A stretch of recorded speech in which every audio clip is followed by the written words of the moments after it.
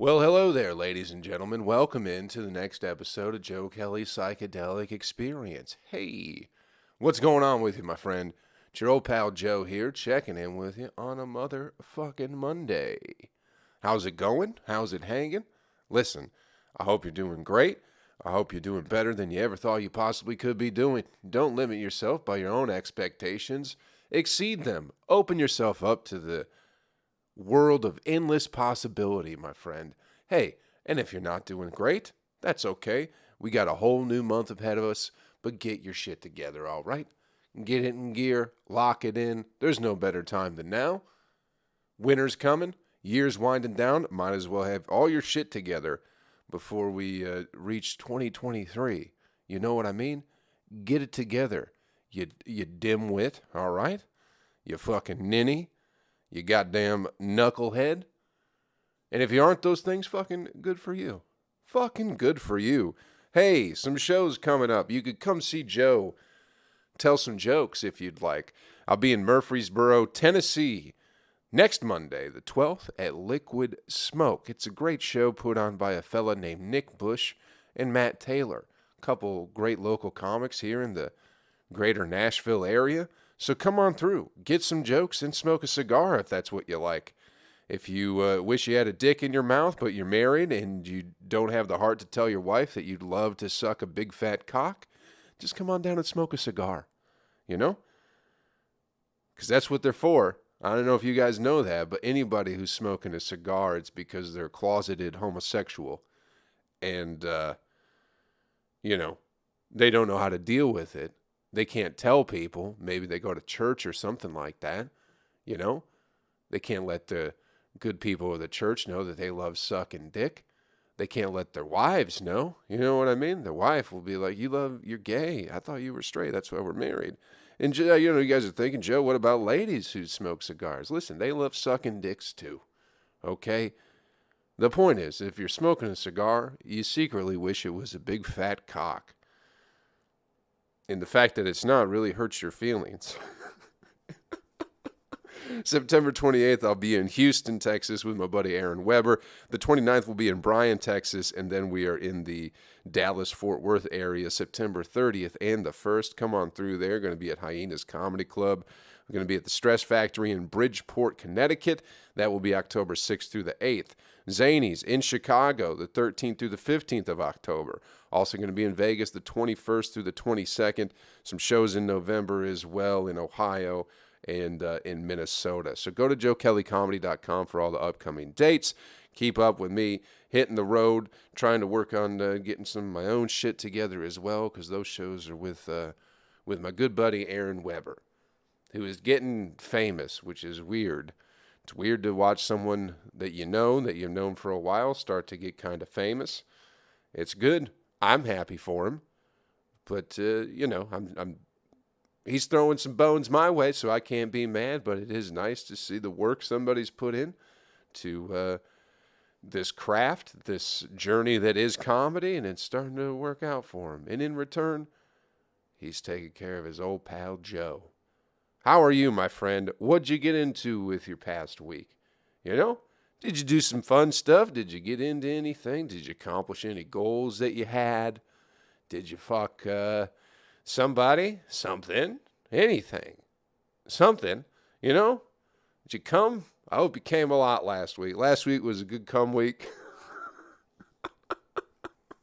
Something about where the moon was in the ocean and the position of the sun.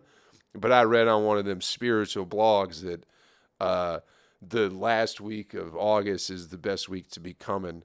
So that's pretty much all I did last week. I don't feel any better or more spiritually connected to the universe, but, maybe it was not the best blog post to be taking advice from. You know what I mean?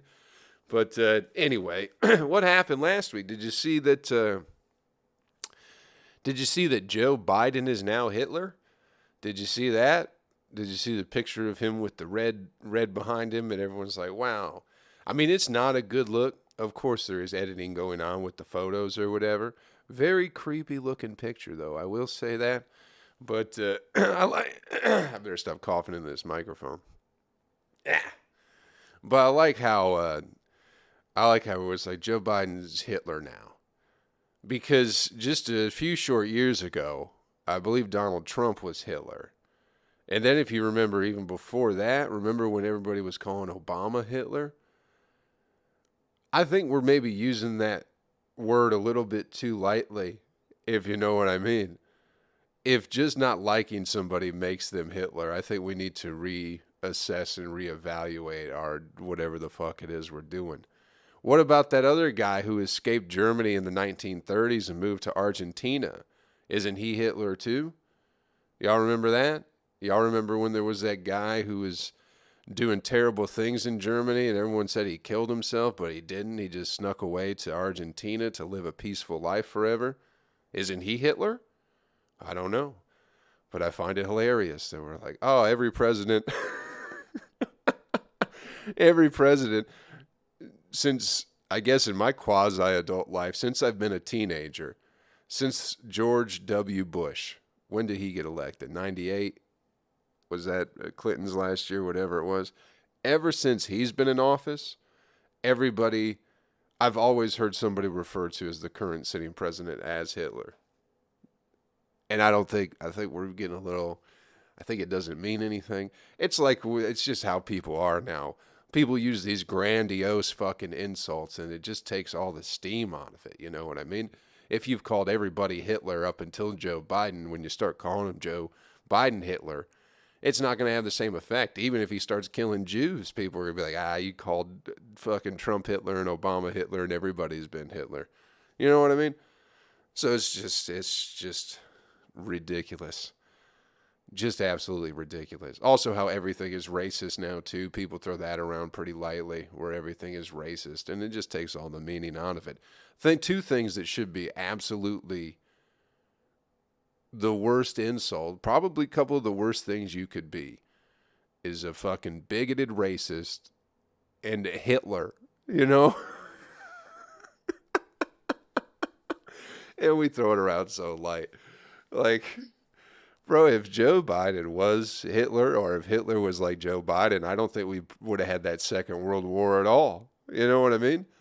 I think if any of these people that are like, oh, the public's like, that's Hitler, it's like, I don't think maybe you should read a little bit more and see what a bad guy that was. But maybe we're getting there. Maybe the point is that we are getting towards a dictatorship of some kind here in America, if we aren't already there, if we aren't just under the illusion of democracy at this point, and it really is just a dictator run by the banking system and money and all that shit. I don't know, people. But I think we're going to be fine. I think we're going to be fine because we're all going to die anyway until the metaverse comes around, and then we can just live on forever. You know? Wouldn't that be great? Just to never have to worry about anything. But, you know, Joe Biden's Hitler. That was in the news last week. What else was in the news last week? I don't know. I don't know, people. I just saw that picture pop up and everyone going, oh, this is terrible. And it's like, it's all for show, people. They're just fucking with you. They're just trying to scare you and get you riled up anyway. That's all they're trying to do. We all know that man's word doesn't mean a goddamn thing, and he's not calling the shots, so why the fuck are we going to worry about a goddamn picture of him? You know what I mean? Who gives a fuck? What has Joe been up to? You might be asking yourself at this point in time during the podcast. Fucking nothing. Fucking chilling, reassessing life going into the final quarter of this 2022, and I'll tell you fine folks, a lot of decisions I'm about to make, I feel like I have made them and I'm going to stick with them. And it's going to be I'm going to be operating in a different fucking realm of reality for at least the next 2 years, I guess, is what I have to do. I got to lock it in, people. Here's the thing. I'm done drinking for a long time. Not that I've been drinking a lot lately, but I'm just done. Unless there is a reason to drink. If I'm going on the road with Aaron, if there's one night Aaron's like, hey, let's have a couple beers, I'll have a couple beers with Aaron. But other than that, I'm not drinking around town in Nashville anymore. I'm not drinking where I live. There's no point in it. You know what I mean? I just want to see what I'd be like without it. That's all. I'm not sitting here binge drinking, fucking crying myself asleep at night. You know what I mean? I just want to see, I just would like to see where I would be without it. How my life will be, where I'll be in 2 years without fucking dealing with booze. Because it's not, the booze isn't the problem. It's always the next fucking day where I just feel unmotivated and cloudy, you know, and then just want to fucking talk to stupid people. That's the other thing, too. I'm off the apps, people. I'm off these fucking dating apps. I'm done with it because I keep looking for somebody different, but they're all the fucking same on that shit.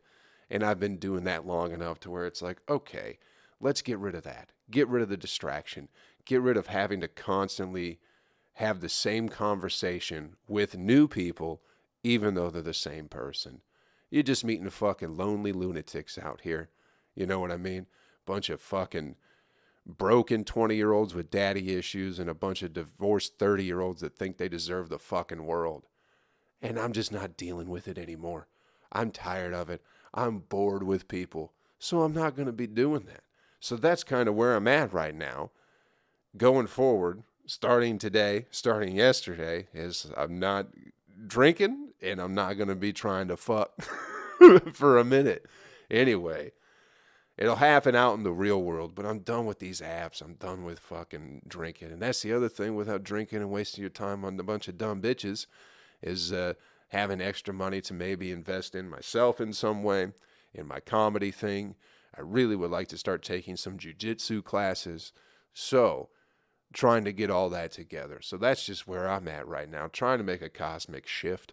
You know what I mean? And again, if the opportunity arises and someone's like, hey, Joe, would you like to have a drink? It would depend on the situation. It will depend on who's asking, but yes. But as far as going to shows, I'll have a drink before a show. I'm just not going to do it. I'm just not going to do it. Going to have one after the show? Probably not. Probably not, but maybe. We'll see who's asking. We'll see what's going on. But really just trying to clear out the closet for the next couple of years and just really just see where I'll be. See where I'll be if I have less distractions. You know what I mean? Because I like drinking and I like fucking. But I'd also like to not be completely poor forever. Aaron's taking me on the road with him, and I just want to be sharp for that. You know what I mean? I want to be the best version of myself over the next couple of years. And I think not drinking, and I think not trying to fucking holler at some uninteresting, broken women will probably be a good change for me. How do you feel about that? Have you ever tried to change everything about yourself just to see who you are? And maybe, maybe a year goes by and I'm like, I'm bored as hell. I want to be drunk and fucking, in which case I'll just go back to doing that. But deleted the apps, deleted the accounts, not even uninstalled them, deleting them, getting rid of them, just so there isn't that sense of, there isn't the opportunity for me to just re-download this shit and go back to swiping. Just swiping for no fucking reason. Wasting my time talking to dumb bitches who don't even want to be talked to, who are just bored and just want attention. You know what I mean? So, deleting it. Done with it. Not boozing. Taking it all pretty easy. Taking it pretty easy, but also stepping it up real hard. You know what I mean? Make a shift in your life from time to time, people, just to see who the fuck you are. We get caught up in our own ideas of what we think we are, that we lose sight of any other potential that we might have. You know what I mean? That's why I think leaving home is good and not being around friends all the time is a good thing, because you'll just be validated, whatever it is that they think you are is what you'll continue to think you'll be. You know what I mean? Instead of going out on your own and going, I'm going to get rid of everything and figure out who I am without this shit. And you might learn and you might grow and you might realize that you never were that person that everybody thought you were, or You might realize that you're exactly what they thought you were, and there's nothing wrong with that either. But just taking a break from it, you know, trying to figure out something a little bit different, trying to change my life, you know, trying to take jiu-jitsu, trying to buy some land, trying to get settled in, trying to build my own little world, people. And I think taking a break from boozing and hollering at dumb bitches will definitely get me in that right direction. You know what I mean? And the other thing is like getting away from the people that you love and the people that you know what I mean, and think that they know you. You learn about yourself, you know what I mean? I don't know. I was looking for a transition to this, but this is just something I've been thinking about a lot lately. The underestimation that I will have of myself. And I don't know if this is something that you guys do. But I'm one to sell myself short quite a bit and maybe not celebrate my victories as much as maybe I should. You know, I don't know. When it comes to winning something, I just assume that I should be winning. So the celebration aspect of it is not something that I participate in. You know what I mean? It's like when you have a good set or whatever it is, people are like, wow, that was a great set. It's like, yeah, it should be. It should be a good set. I should be doing well up there. You know, I'm trying to get over that a little bit and trying to enjoy the moments a little bit better, being able to celebrate myself. But underestimating yourself and not being aware of all that you are is a damning fucking thing. It has been with me. And the reason I'm saying this is because I met up with Aaron, my good buddy Aaron Weber, right? Big famous clean comedian. We were having lunch last week, and he was out in Tulsa. I was supposed to go with him, but shit happened. The club booked somebody, so he couldn't bring somebody with him. But anyway, it was a guy I knew from Seattle. He did another show a couple weeks ago. Aaron did with a different guy from Nashville. But Aaron wants his opener to be clean, right? And so we were talking, and he's like, it is surprising to me, and this is Aaron talking. He's like, but you're the only one who can do what I ask of them, you know? And just because it's so strange because of what I do with comedy. You guys know I come on here and talk about cum and fucking and eating butts and all that shit and fucking guys in the ass and sucking dicks and all that shit. And that's what I do with comedy too. But I've worked clean with Aaron, you know, and nobody else has been, I guess, or it's been like problems and people swearing and talking about sex and this and that shit. But I've been spending my whole time like working with Aaron. Like I feel like I've been on eggshells because I've been so concerned. Because again, I know who I am. I'm a filthy ass fucking comic. But I was just underestimating the fact that I was able to do clean comedy. You know, I knew I could, but I've always thought, I assumed that the other people that were working with Aaron were doing far better than I was. Just because I'm a dirty comic and no one expects anything different of me, you know? People worry about me when they see me get on stage because it's like, oh, Joe's going to be wild or whatever. But I know what the fuck I'm doing, clearly. Especially the dude Aaron was with in Tulsa. That was a guy I knew out in Seattle who used to call me Blue. He was the manager of the club. He used to call me Blue, dirty, all this, that, and the other, you know, and wouldn't put me on too many shows for whatever fucking reason. And then Aaron comes back. He's like, he was just swearing every other fucking word, you know? So it's like, it's just funny. It's funny to see, man. And I guess I didn't realize what I was doing. I didn't realize what I was doing was okay. And I've talked about this before, you know. In 2020, I just, I wanted to do 100 push-ups. Not all at once, but just to be able to do 100 push-ups. Like 10 sets of 10, you know, 5 sets of 20, whatever it was. And I was like, man, I was just sitting there thinking, I was like, sounds like such an impossible task. I don't know if I'd ever be able to do that. Don't know if I'd ever be able to do that. And then I got this little app that gives you like a push-up workout, like different variations of push-ups. And I had been doing that for a couple of months. And I was like, well, let me see how many push-ups I am doing currently. And I looked at the app and just tallied everything up from the workout. And it's like, you're already doing more than 100 push-ups. You know what I mean? You're underestimating yourself for some reason. And I don't know why I do that. I just I need to look at the fucking numbers, and I need to have it so I can see it. Or, just have somebody tell you, hey, you're doing a good job. Doing all this good shit, and I'm not realizing it for some reason because I don't think it's good enough because it's coming from me. So I have to stop doing that to myself and realize what the fuck it is that I'm doing.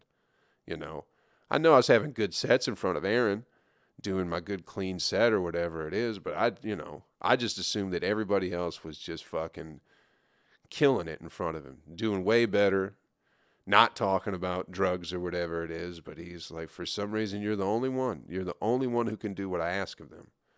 And that made me feel real good. And also having the realization that I was already doing more than 100 push-ups.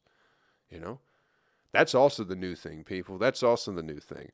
When the alarm goes off, when you get out of bed, what's the first thing you do? Probably pee, take a shit, get a drink of water, brush your teeth, something like that. Not anymore, dude. Not anymore. That alarm goes off, I hit shut the fuck up on the alarm, 10 push-ups every morning. Just 10. Just real quick, get it 10, get you awake a little bit. That's the new morning thing. Also taking breaks throughout the day, busting out 20 push-ups at a time just to do it. Just to do it. Just because you ain't doing anything else. You know what I mean? I'll probably do fucking push-ups after I get done wrapping this podcast up, But anyway, realize who you are. Anyway, realize who you are. Realize what you're doing. This video podcast is going to be, I usually clean up the audio a little bit, but this video is going to be a little bit, you're going to get some coughs in this video. The real deal. In case you want to see what doesn't get cut out of the podcast, go watch it on YouTube because the video is pretty raw. But anyway, just make sure you realize your greatness, realize what it is you're doing, and move forward from there. You know what I mean? Don't be underestimating yourself all the time. I got a story I want to share. But we'll do it. Why not? I've been wanting to talk about this for a few weeks for some reason, but I figure you guys would be the appropriate people to share this type of thing with. This is a story I've never told anybody ever. All right? So, and it's not funny, and it's fucked up. But I've just been thinking about it a lot for like the past 2 weeks for some reason. And it's not something I've spent a lot of time thinking about in the past. But anyway, podcast folks, I don't know, man. It was a weird, when I was like 6, I was like 5 or 6. My sister was like 7 or 8. Someone tried to abduct my sister in front of me, on our street too. We lived on a dead end street growing up. And we were riding our bicycles, and when we were always taught that if a car is coming, you just pull off to the side of the road and stop riding your bike because you don't want something to happen where they're swerving or, you're trying to ride along next to the car and you fucking take a spill and end up under the car. So that's just what we were taught, so that's what we did. But the guys coming on a motorcycle are also, our neighbor is with us too, He's no longer with us at all, but that was one of my first friends growing up, but he killed himself probably like 10 years ago, something like that. But we became not friends at that point, so that's not as fucked up or whatever, but, but anyway, the motorcycle's coming down the street, so we're like, okay, we'll get our bikes over to the side of the road, and this guy stops next to us, and he's like, hey, would you like to maybe go for a ride? And starts patting on his motorcycle seat, talking to my sister, She's on the inside. She's the closest to him. I'm on the outside next to the ditch, and then our buddy Jeremy, he's behind us. And we're just like, no? Like, no, absolutely not. Our parents taught us pretty well in that sense, you know what I mean? Fucking do better out there, parents and kids and everybody. Quit trusting people so easily. But we're like, no, we're good. And then we start to ride away, and then some car pulls up, and he just starts yelling at the dude on the motorcycle. He's like, "You stupid son of a bitch, grab her," or "Why didn't you grab her?" Something like that. So we just took off, screaming and hollering. We were maybe 4 houses down from our house, you know what I mean?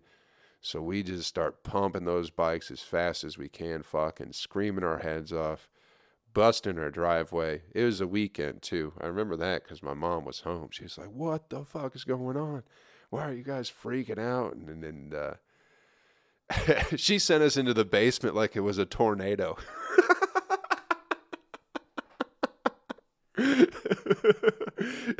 She's like, "Get in the basement, get in the basement." It's the middle of the summer or whatever it was, you know. It's like, it's not a tornado, it's just a dude trying to steal my fucking sister, you know. But so he didn't get her, obviously, and the cops came, and they were asking us, and it was weird. I was the only one who remembered the car being a different color than what it was. I thought it was a blue car. I think everybody else said brown or whatever it was. But obviously nothing came of it, you know. My sister's still here to this day. She's fine. Uh, but that's one of those things where it's like you got to go find a couple of guys and been like, "Hey, what are you doing?"